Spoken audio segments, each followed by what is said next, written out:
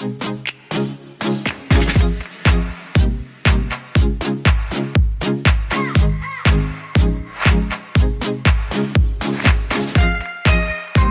guys, welcome to my YouTube channel and thank you very much for coming. What I want to discuss today, it's about contracts, especially contracts when it comes to rent-to-rent service accommodation or rent-to-rent HMO. Okay, it doesn't matter, it's the same thing, it's just doing either service accommodation or HMO. The important is the management contract. And why I want to discuss that a little bit, because very often people are sending me messages like hi,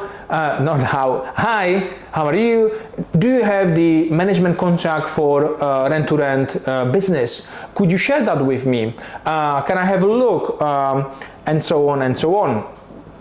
People, when I'm asking them what would be the number one step to do in order to secure the deal, they are always telling me, I need to do the due diligence, I need to check the location, I need to check that, and I need to check the contract, and so on and so on. But what do you think? What is the contract good to you if you are not even able to pick up the phone and phone the landlords? What good the contract is for? It's for nothing. The contract is worthless to you if you don't build yourself a confidence, the belief that you can actually do it. You're gonna pick up the phone and you're gonna go out there and you're gonna phone the agents or phone the landlords, and you're gonna go and actually you're gonna attend those viewings and you're gonna secure that deal. In that scenario, and in that scenario only, you should know about the contract, because it's no point to be thinking about step E if you didn't take the step A. And there's so many people, they are just overwhelmed with information and they are overthinking all the process. They are going on the OpenRent or Gumtree or whatever, and they found the property, and they see what is the rent, and they check the location. They check with AirDNA, they pay for that, they check with comparables and with everything else, and they are checking if the deal will be worthy, if they're gonna make the money, and so on and so on. They'll find out, yeah, this deal could make me good profit of 500, 1,000 pounds a month.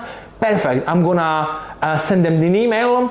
They're gonna send them the email, and the landlord, they're gonna send the email even wrongly, and the landlord not gonna want to see them, and finish.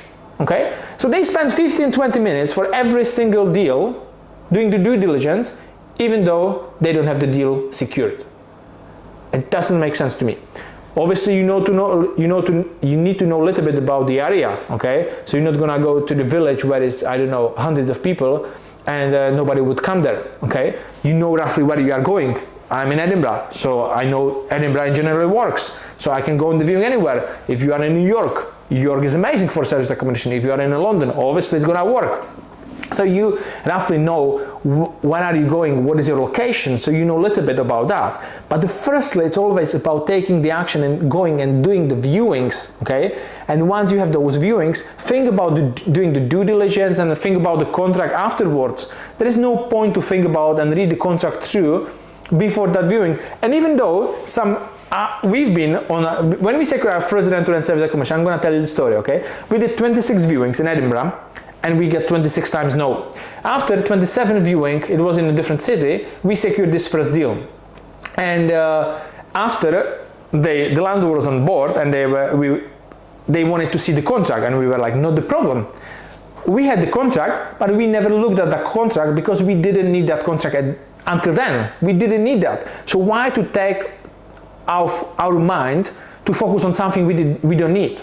So once they ask us for the contract, we send it over, and after, she raised the question. She raised, what does this point mean? What does this point mean? Can you explain it? And it was the first time we even read the contract, and we were trying to figure it out, and some of the things we could figure out, and some of the things we didn't know. So we spoke with her, and we said, we are unsure, this is our first property, we are very honest, and we can change some things, and we can add some things, or we can delete a few things. And this is exactly what we've done. We add some things and we remove some things, so both sides are happy and we can move forward. And this is how we learn. When we need to learn something, we learn at that point. There's no point to learn everything at the beginning, because you're just gonna be overwhelmed and you're not gonna take the action at all. Okay, so don't think too much about it. Firstly, get yourself a list of leads, phone them, go on the viewings, and after go and get back to me. And if you need the contract afterwards, you know, simply comment below in this YouTube channel or send me a message. I'll be more than happy to share the contract with you. Have an amazing day. Bye bye.